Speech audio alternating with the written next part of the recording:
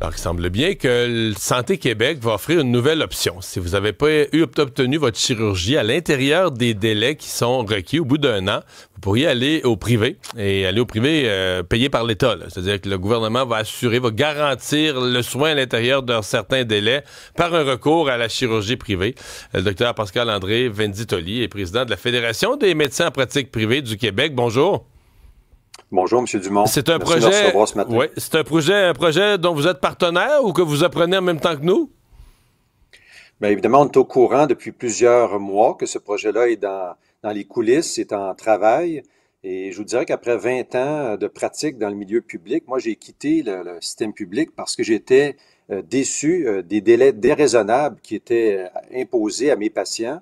Et évidemment, vous comprendrez que tout projet qui va améliorer l'accès aux soins de santé, bien, les médecins en pratique privée, on est favorable à ça. Hmm. Et donc là, l'idée qu'il y ait un délai maximal à partir duquel, je comprends que ça serait à l'individu, à la personne à ce moment-là de dire, regarde, on n'a pas réussi, nous, le réseau public, à te traiter dans les délais, trouve-toi une clinique privée, on va payer, ou c'est ça en gros le deal? Non, c'est un peu plus compliqué que ça. Non, c'est ce que nous, on favoriserait, c'est de donner l'autonomie au patient, que le patient puisse décider où il pourrait recevoir ses soins. Actuellement, dans le projet de règlement, c'est beaucoup plus coercitif, c'est-à-dire que c'est le milieu de soins public qui va décider où le patient va recevoir ses soins en deuxième offre ou troisième offre. Le délai qui est imposé, on parle de 12 mois. Nous, on trouve que c'est vraiment exagéré parce qu'il faut comprendre que lorsque le patient est sur une liste d'attente depuis 12 mois, il a attendu aussi probablement un 6 à 12 mois avant pour avoir sa consultation avec le médecin spécialiste ou le chirurgien.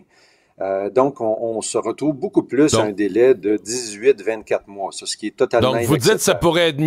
ça pourrait être mieux dans le sens d'un délai plus court, un délai plus raisonnable, et deux, de laisser une vraie liberté de choix au patient, de dire, t'as pas été traité, tu trouves une place au privé, le gouvernement paye. Ça, pour vous, ça serait le monde idéal. Nous, c'est ce qu'on propose à la Fédération des médecins en pratique privée à Santé Québec comme façon de mettre en place une telle mixité des soins. On pense qu'une collaboration entre les médecins en pratique privée et le Santé Québec est primordiale.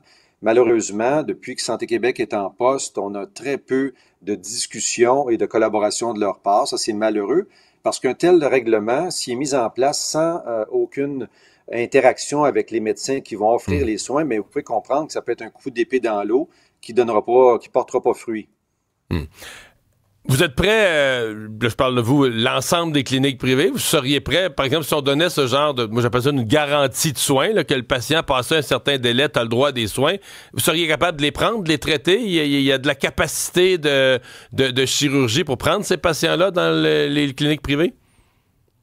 Je pense que le système privé est très versatile et plus agile que le système public. On peut établir des plans de soins rapidement. Évidemment que l'enjeu primordial pour nous, c'est le maintien de la qualité. C'est-à-dire que si le gouvernement veut mettre en place un programme de soins qui va nous limiter dans notre capacité d'offrir des soins de qualité à notre clientèle, ben, ça ne pourra pas fonctionner. Donc, nous, on veut d'abord maintenir la qualité, maintenir l'accès. Évidemment, toutes les cliniques privées actuellement en fonction ont déjà une clientèle, donc il faut pouvoir arrimer tous ces enjeux-là et ça demande la discussion et de pouvoir s'asseoir avec le gouvernement et d'établir un plan de match qui fonctionne. Hmm.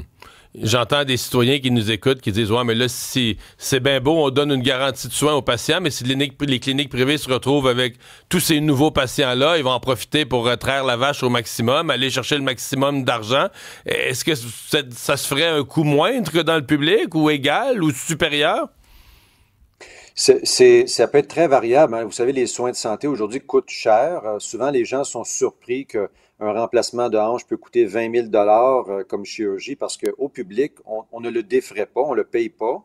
Donc, les gens ne comprennent pas un peu la valeur des soins de santé. Et c'est un peu pour ça aussi que le système de santé public éclate parce que les coûts ne cessent d'augmenter, la population vieillit et on est dans une enveloppe budgétaire qui est pratiquement fermée.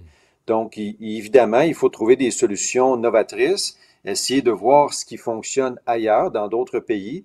On sait que la mixité des soins dans d'autres pays où ça fonctionne bien, c'est lorsqu'il y a une autonomie qui est donnée aux patients et lorsqu'il y a une possibilité aussi de ne pas être en tarif fixe.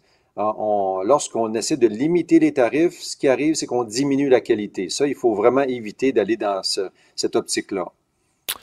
Eh bien, on va suivre les prochains développements. Docteur Venditoli, merci d'avoir été avec nous. Merci à vous. Bonne fin de journée.